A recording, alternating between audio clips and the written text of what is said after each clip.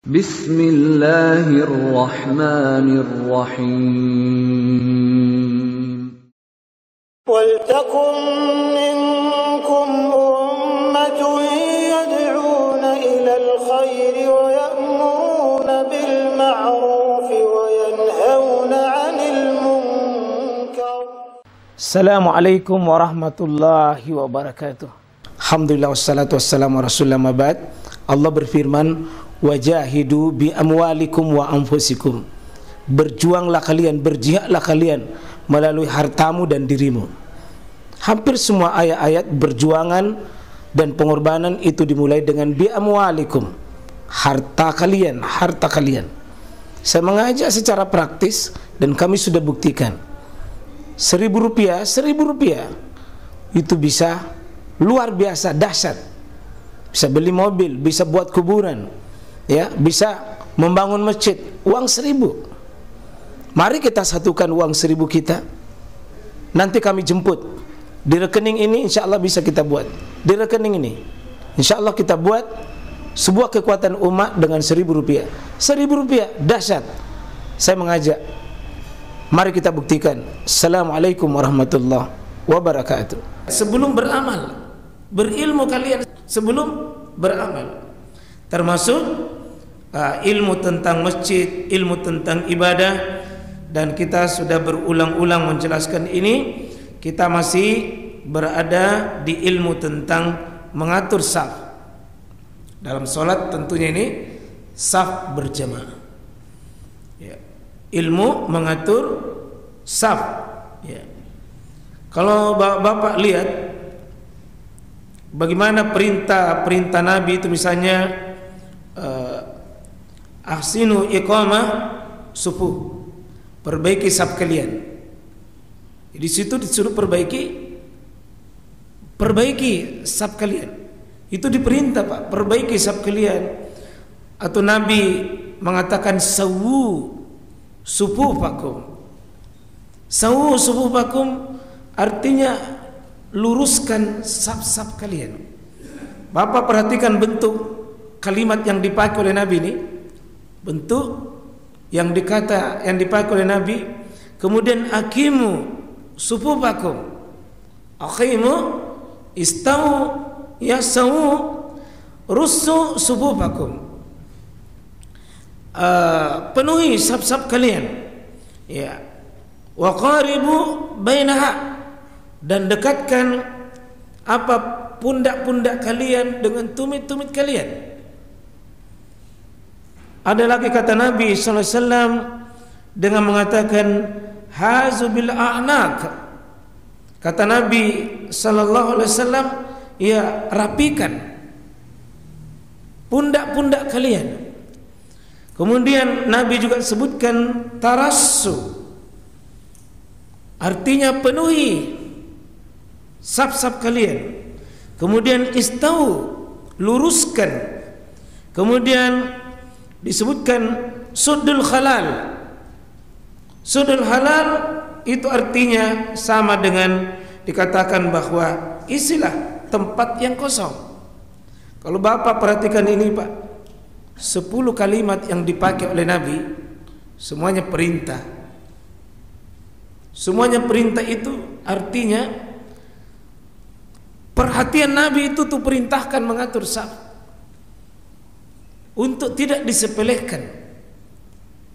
Malah sebaliknya, kalau bapak-bapak perhatikan, ada kalanya larangan. Ada kalanya larangan, seperti Nabi katakan, Nabi sallallahu alaihi wasallam mengatakan, la takhtalifu fatakhtalifa qulubakum. Nabi SAW mengatakan, jangan kau berselisih. Saya begini, Pak, satu maju, satu katakan tidak sejajar, atau satu berjauhan dengan atas nama, ya, sajadah besar. Itu kata Nabi SAW, la takhtalifu, yang ku berselisih. Seperti mami dilihat baku bombe, tidak mau berdekatan pundaknya, tidak mau berdekatan kakinya. Sepertinya dilihat kayak bukan orang akrab. Nabi memakai kata larangan. Dan di sini kurang lebih Nabi 4 kali menyebutkan kata larangan dalam mengatur saf. Diperintah, justru sebaliknya juga dilarang berselisih. Suruh rapat, jangan bikin jarak. Suruh lurus, jangan bikin bengkok. Artinya 2 kali ini Pak, satu perintah, yang kedua dilarang. Bahkan Nabi kadang-kadang mengatakan la tuqimunna sufufakum. Itu la tuqimunna Pak, artinya lam taukidnya itu lam tegas namanya, sungguh-sungguh luruskan itu. Itu artinya sebelum kita takbir, imam punya perhatian dengan itu, makmum juga punya perhatian tentang itu. Sehingga kita tidak boleh marah-marah Pak kalau imam mengatakan tabe, maju-maju ke sedikit, tabe isi sedikit, tabe kasih rapa-rapa. Ada biasa Pak sebagai orang bilang ngapain sekit dan ngimam. Dari dulu kita sholat nah begini-begini takbir tonji. Maaf ya, jadi ini mengatur saf bukan soal perkara-perkara ringan. Ini perkara besar umat ini. Ada saya tempat tulis dan ini nanti insyaallah kita akan mudah-mudahan dengan izin Allah 40 musibah terjadi jika saf ini kita abaikan. Dan itu dampaknya Pak. Kenapa Rasulullah SAW bisa menang Pak? Bisa menang dalam peperangan jumlah mereka sedikit, persenjataan mereka tidak lengkap. Ada faktor yang membuat Nabi itu menang Pak. Salah satunya rapi ketika membentuk saf. Pengaruhnya saf itu Pak tertanam pada jiwa para sahabat. Tidak ada makmum yang mau melombai Nabi. Dan tidak ada makmum egois sendiri di belakang. Imamnya sudah ruku, dia tetap asyik membaca. Dia tidak egois pada dirinya. Hari ini Pak, kita terlalu berani melampaui imam, atau kadang-kadang kita asyik sendiri. Akhirnya ruh berjamaah itu hilang. Apa yang terjadi? Tetangga kita sakit, kita tidak peduli. Tetangga kita kena musibah, kita seperti bukan kita kena musibah. Sudah terbiasa, hati kita itu tidak peka dengan saudara kita. Dan ini yang membuat kata Nabi, ya, la takhtalifu fatakhtalifu qulubakum. Kalau kau suka berselisih, artinya kau membiarkan bengkok, kau membiarkan tidak lurus, kau membiarkan seperti saudaramu itu begitu, kamu tidak peduli, akhirnya saf-saf di masyarakat kita itu Pak tidak teratur. Mau kerja bakti susah, ada menolong saudara kita kaum muslimin susah, apalagi kalau sudah menyangkut kepentingan besar. Karena itu kita sudah pembahasan yang lalu di mengatur saf dengan faidah-faidahnya, bagaimana Nabi itu Nabi di sini, kemudian Abdullah ibnu Abbas di sini, di sebelah kiri Pak. Nabi pindahkan.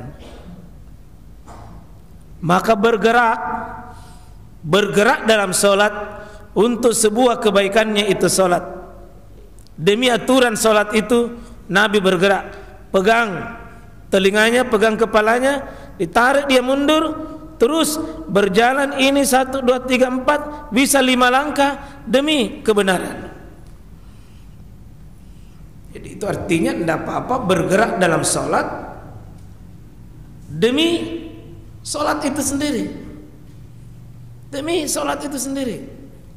Tidak apa-apa bergerak demi solat itu sendiri. Demi solat itu sendiri boleh kita bergerak. Dari kiri Nabi anggap ini keliru, tapi digerakkan untuk menuju yang benar. Ya. Dan Nabi SAW tidak menyuruh mengulangi, artinya salah ini bukan berarti semua yang salah itu batal. Kemudian Nabi sesudah itu tidak menyuruh dan tidak memarahi murid yang bernama sahabat Abdullah ibnu Abbas di sini. Tidak dimarahi, tidak, dibimbing saja. Itu artinya Pak ya. marah dalam pendidikan itu porsinya sedikit. Jangan begitu salah dimarahi, begitu salah dimarahi, begitu salah tidak. Dunia pendidikan itu membenarkan dan mengarahkan, membimbing. Ya. Seperti tidak bagus ya polisi itu kalau kita melanggar, Pak, tidak marahi. Tidak ada polisi marah-marah, paling ambil kesinta. Ya tak? Tidak baku tengkar gitu. Daun diberi penjelasan ini tadi pelanggaran tak, Pak. Lain kali jangan. Tapi demi sanksinya begini tansing. Ya. Yang penting jangan cepet dulu. Nah, jadi jamaah sekalian rahmatullahi Allah Subhanahu wa taala, ini satu contoh bagaimana pentingnya kita mengatur saf. Insyaallah saya ingin menjelaskan sedikit, jika saf itu sendirian di belakang saf, pendapat para ulama itu ada 3 bagian. Jika sendiri dalam saf, sendiri Pak, tanpa uzur, dia sendiri itu tidak ada salat bagi dirinya. Jika dia sendiri tanpa ada uzur, maka ini tidak boleh, ya. Karena disebutkan oleh Nabi SAW hadis Wabisa itu bahwa ya ra'a rajulan yusalli fis safi wahda, ya. Kemudian Nabi SAW mengatakan ya fa amirahu ayyu'idas salat. Nabi suruh ulangi salatnya orang itu. Nabi suruh ulangi salatnya, dia salat sendiri di belakang saf. Tidak ada yang menemani dan tidak ada juga alasannya. Tapi kalau kita sendiri di dalam saf itu, tapi karena ada uzur, Pak, ada uzur, ada halangan, seperti betul-betul tidak ada orang, sudah berusaha masuk di saf itu, kita usahakan masuk kalau bisa, Pak, ya. Saf pertama masuk. Oh tidak bisa, saf di belakang, saf keduanya kita masuk. Oh tidak bisa. Kalau tidak bisa kita masuk, kita bisa di sampingnya imam. Kalau tidak bisa juga di sampingnya imam, maka baru kita sendiri di belakang. Berarti dalam posisi sendiri di belakang selama ada alasan itu dibenarkan. Itu ketika peristiwa sahabat yang mulia Abi Bakrah. Ini Abi Bakrah terlambat sehingga ketika dia sudah datang itu di pintu dia masuk, begitu Nabi SAW sudah ruku, Abi Bakrah ini takbir dan langsung ruku di pintu. Di pintu itu dia jalan dalam keadaan ruku, dia kanan ruku. Coba bisa dibayangkan, Pak, di pintu itu takbir baru ruku, lalu dalam keadaan ruku dia berjalan masuk di saf. Pasti dia sendiri. Namun peristiwa itu Nabi SAW ya itu tidak menyuruh mengulangi salatnya, karena ada alasan syar'i, ada alasannya. Meskipun Nabi mengatakan ketika itu, ya disebutkan fazakara zalika lin Nabi sallallahu alaihi wasallam faqala zadakallahu hirsan wala taud. Abi Bakrah, jangan kau lagi begitu ya, jangan kau lagi ulang begitu, dan kau semangati dirimu untuk lebih semangat, jangan lagi terlambat. Tapi tidak disuruh ulangi salatnya, Pak. Sah salatnya orang sendiri meskipun itu menyelisihi yang utama.